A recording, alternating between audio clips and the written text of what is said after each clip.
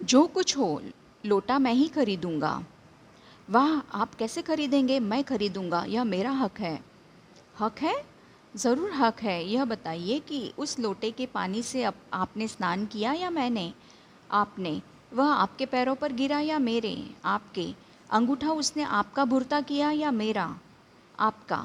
इसलिए उसे खरीदने का हक सिर्फ मेरा है। यह सब बकवास है। दाम लगाइए, जो अधिक दाम दे वह ले जाए। यही सही है। आप इसका 50 रुपया लगा रहे थे, मैं 100 देता हूँ। मैं 150 देता हूँ। मैं 200 देता हूँ। अजी मैं 250 देता हूँ। यह कहकर बिलवासी जी ने 250 के नोट लाला जाऊलाल के आगे फेंक दिए।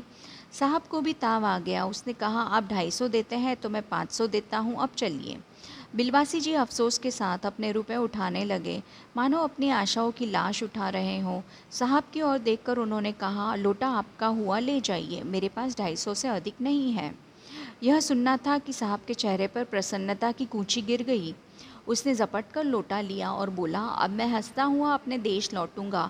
मेजर डगलास की डिंग सुनते सुनते मेरे कान पक गए थे। मेजर डगलास कौन है?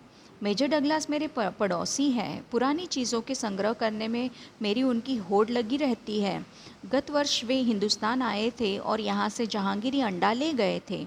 जहांगीरी अंडा? हाँ, जहांगीरी अंडा। मेजर डगलस ने समझ रखा था कि हिंदुस्तान से वे ही अच्छी चीज़ें ला सकते हैं। पर जहांगीरी अंडा है क्या? आप जानते होंगे कि एक कबूतर ने नूरजहाँ से जहांगीर का प्रेम कराया था। जहांगीर के पूछने पर कि मेरा एक कबूतर तुमने कैसे उड़ जाने दिया, नूरजहाँ ने उसके दूसरे कबूतर को उड़ाकर बताया था कि ऐसे।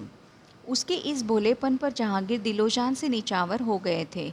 उसी क्षण से उन्होंने अपने को नूरजहाँ के हाथ कर दिया था। कबूतर का यह एहसान वह नहीं भुला सकते थे। उसके एक अंडे को बड़े जतन से उन्होंने रख छोड़ा था। एक बिल्लौर की हांडी में वह उसके सामने टंगा रहता था। बाद में वही अंडा जहांगीरी अंडा के नाम से प्रसिद्ध हुआ। उसी को मेजर डगलस ने पार्सल दिल्ली में एक मुसलमान सज्जन से 300 रुपये में खरीदा था। यह बात? हाँ, पर अब मेरे आगे दून की नहीं ले सकते। मेरा अकबरी लोटा उनके जहांगीरी अंडे से भी एक पुश्त पुराना है। इस रिश्ते से तो आपका लोटा उस अंडे का बाप हुआ।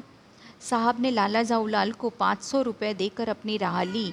लाला जाऊलाल का चेहरा इस समय देखते बनता था। जान पड़ता था कि मुंह पर 6 दिन की बढ़ी हुई दाढ़ी एक एक बाल मारे प्रसन्नता के लहरा रहा है। उन्होंने पूछा, बिलवासी जी, मेरे लिए 250 रुपया घर से लेकर आए, पर आपके पास तो थे ही नहीं। इस भेद को मेरे सिवाय मेरा ईश्वर जानता है। आप उसी से पूछ लीजिए, मैं नहीं बताऊंगा। पर आप चले कहाँ? अभी मुझे आपसे काम है, 2 घंटे तक। 2 घंटे तक? हाँ और क्या, अभी मैं आपकी पीठ ठोक कर शाबाशी दूंगा, 1 घंटा इसमें लग जाएगा। फिर गले लगाकर धन्यवाद दूंगा, 1 घंटा इसमें भी लग जाएगा।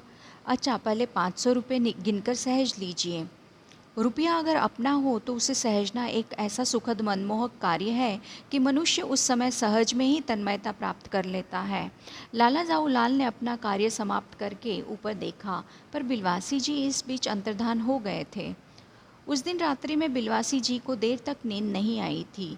वे चादर लपेटे चारपाई पर पड़े रहे। 1 बजे वे उठे। धीरे, बहुत धीरे से अपनी सोई हुई पत्नी के गले से उन्होंने सोने की वह सिकड़ी निकाली जिसमें एक ताली बंधी हुई थी। फिर उसके कमरे में जाकर उन्होंने उस ताली से संदूक खोला।